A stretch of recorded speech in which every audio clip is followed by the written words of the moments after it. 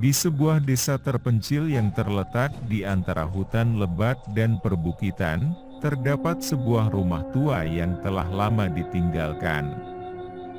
Rumah itu berdiri di ujung jalan desa, dikelilingi oleh pepohonan besar yang menjulang tinggi, seolah-olah mencoba menyembunyikan keberadaannya.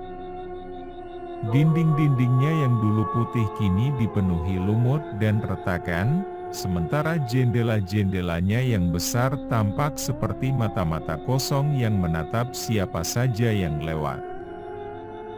Para penduduk desa selalu menghindari rumah tersebut, terutama saat malam tiba. Banyak cerita menyeramkan beredar tentang rumah itu, mulai dari suara-suara aneh yang terdengar dari dalam rumah hingga penampakan sosok-sosok misterius yang muncul di balik jendela. Tak sedikit yang percaya bahwa rumah itu dihuni oleh arwah-arwah penasaran yang tidak pernah mendapatkan ketenangan. Di desa itu, tinggal seorang pemuda bernama Jono. Ia adalah seorang yang skeptis, tidak mudah percaya pada cerita-cerita mistis. Jono selalu berpikir bahwa semua cerita tentang rumah tua itu hanyalah tahayul yang diciptakan untuk menakut-nakuti anak-anak. Namun, semuanya berubah ketika Jono harus melewati rumah tua itu pada suatu malam yang mencekam. Malam itu, ibu Jono jatuh sakit parah. Kondisinya sangat mengkhawatirkan, dan Jono harus segera pergi ke rumah seorang dukun yang tinggal di desa sebelah untuk mengambil obat.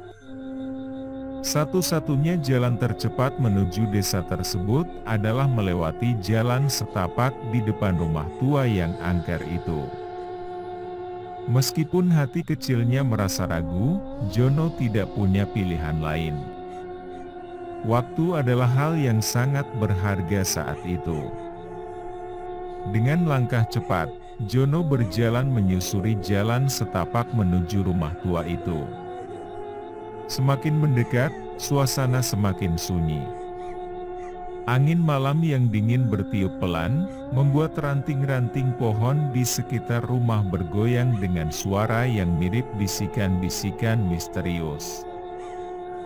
Jono merapatkan jaketnya dan mempercepat langkahnya, berusaha untuk tidak memikirkan hal-hal aneh yang mungkin terjadi. Ketika Jono hampir sampai di depan rumah tua itu, tiba-tiba ia merasakan hawa dingin yang menyelubungi sekelilingnya. Bulu kuduknya meremang, dan ia merasa seolah-olah ada mata yang mengawasinya dari kegelapan. Ia mencoba mengabaikan perasaan itu dan terus berjalan, namun suara langkah kaki yang aneh mulai terdengar dari belakangnya. Jono berhenti dan menoleh ke belakang, namun tidak ada siapapun di sana. Dengan rasa takut yang mulai merayapi hatinya, Jono melanjutkan perjalanan. Namun, suara langkah kaki itu terus mengikuti, semakin dekat dan semakin jelas. Jono mulai berlari, berharap bisa segera meninggalkan rumah tua itu. Tapi saat ia berlari melewati rumah tersebut, pandangannya menangkap sesuatu yang membuat darahnya membeku. Dari balik salah satu jendela yang gelap dan pecah, muncul sosok bayangan yang samar-samar. Bayangan itu tidak memiliki bentuk yang jelas, namun aura jahat yang dipancarkannya begitu kuat. Bayangan itu menatap Jono dengan mata merah yang berkilau di tengah kegelapan, seolah-olah ingin menariknya masuk ke dalam rumah itu. Jono tersandung dan hampir terjatuh, namun ia segera bangkit dan berlari sekuat tenaga, tanpa berani menoleh ke belakang lagi. Suara tawa pelan yang menyeramkan terdengar di telinganya, seolah-olah makhluk itu mengejek ketakutannya. Napas Jono semakin berat, dan ia merasa kakinya seperti terikat oleh sesuatu yang tidak terlihat. Namun, dengan segenap keberanian yang tersisa, Jono terus berlari hingga akhirnya ia berhasil melewati batas rumah tua itu. Saat sampai di rumah dukun, Jono hampir tidak bisa berbicara karena ketakutan. Dukun yang bijaksana itu menatapnya dengan penuh pengertian dan memberikan obat yang dibutuhkannya. Namun, sebelum Jono pergi, sang dukun berkata, "Ada sesuatu yang mengikutimu, Jono. Kau telah membangunkan sesuatu yang seharusnya tetap tidur." Sepanjang perjalanan pulang, Jono tidak bisa menghilangkan kata-kata dukun itu dari pikirannya. Ia merasa ada sesuatu yang tidak beres, sesuatu yang menempel padanya sejak melewati rumah tua tersebut. Setibanya di rumah, Jono langsung memberikan obat kepada ibunya dan berharap semua akan baik-baik saja. Namun, malam itu, ia tidak bisa tidur. Setiap kali memejamkan mata, ia melihat bayangan hitam dengan mata merah yang menatapnya dari dalam kegelapan. Hari-hari berlalu, namun perasaan tidak nyaman itu terus menghantui Jono. Ia mulai mendengar suara-suara aneh di dalam rumahnya sendiri, pintu-pintu yang terbuka dan tertutup dengan sendirinya, serta bayangan-bayangan yang melintas di sudut matanya. Jono mencoba untuk mengabaikannya, tetapi ketakutannya semakin menjadi. Suatu malam, Jono memutuskan untuk kembali ke rumah tua itu. Ia merasa bahwa satu-satunya cara untuk mengakhiri gangguan ini adalah dengan menghadapi makhluk yang menghantuinya. Dengan membawa sesajen yang ia dapatkan dari dukun, Jono berjalan menuju rumah tua tersebut.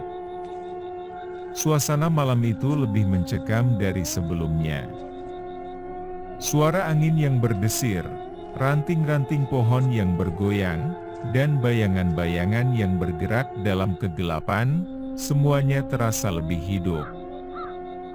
Ketika Jono sampai di depan rumah tua, ia meletakkan sesajen di depan pintu dan mulai melafalkan mantra-mantra yang diajarkan oleh dukun. Namun, tiba-tiba, pintu rumah tua itu terbuka dengan sendirinya. Dari dalam, terdengar suara langkah kaki yang berat, disusul dengan suara pintu berderit dan jendela yang terbuka lebar. Jono menahan napas, namun ia tetap melanjutkan mantranya dengan tangan gemetar. Bayangan hitam itu muncul lagi, lebih jelas dari sebelumnya, mendekat dengan gerakan lambat namun pasti. Mata merahnya bersinar tajam, dan Jono bisa merasakan kebencian yang memancar dari sosok tersebut. Ketika bayangan itu sudah sangat dekat, Jono menutup matanya dan berteriak dalam hati, berharap mantranya akan bekerja. Tiba-tiba, semuanya menjadi sunyi. Jono membuka matanya dan mendapati bayangan itu telah menghilang. Pintu rumah tua itu tertutup kembali dengan suara keras, dan suasana menjadi tenang. Jono merasa lega, berpikir bahwa gangguan itu telah berakhir. Ia kembali ke rumahnya dan berusaha menjalani hari-harinya seperti biasa. Gangguan-gangguan yang ia alami memang tidak pernah muncul lagi. Namun, beberapa minggu kemudian, Jono menemukan sesuatu yang mengerikan. Suatu pagi, ketika Jono sedang membersihkan gudang di rumahnya, ia menemukan sebuah foto tua yang tersembunyi di balik tumpukan barang-barang lama. Foto itu menunjukkan seorang pria yang sangat mirip dengannya, namun mengenakan pakaian dari zaman yang berbeda. Di belakang foto itu tertulis nama yang membuat darah Jono kembali berdesir, nama kakek buyutnya. Dengan gemetar, Jono menyadari bahwa rumah tua itu dulunya adalah milik kakek buyutnya, yang terbunuh secara misterius di tempat itu bertahun-tahun yang lalu. Bayangan hitam yang menghantuinya selama ini mungkin bukan sekadar makhluk jahat, melainkan arwah kakek buyutnya sendiri yang mencari keadilan atas kematiannya yang belum terungkap. Jono tidak bisa melupakan pengalaman mengerikan itu. Ia sadar bahwa meskipun ia berhasil mengusir bayangan tersebut, kebenaran tentang kematian kakek buyutnya masih belum terungkap. Rumah tua itu mungkin sudah hancur, tetapi misteri yang menyelimutinya akan selalu menghantui pikiran Jono.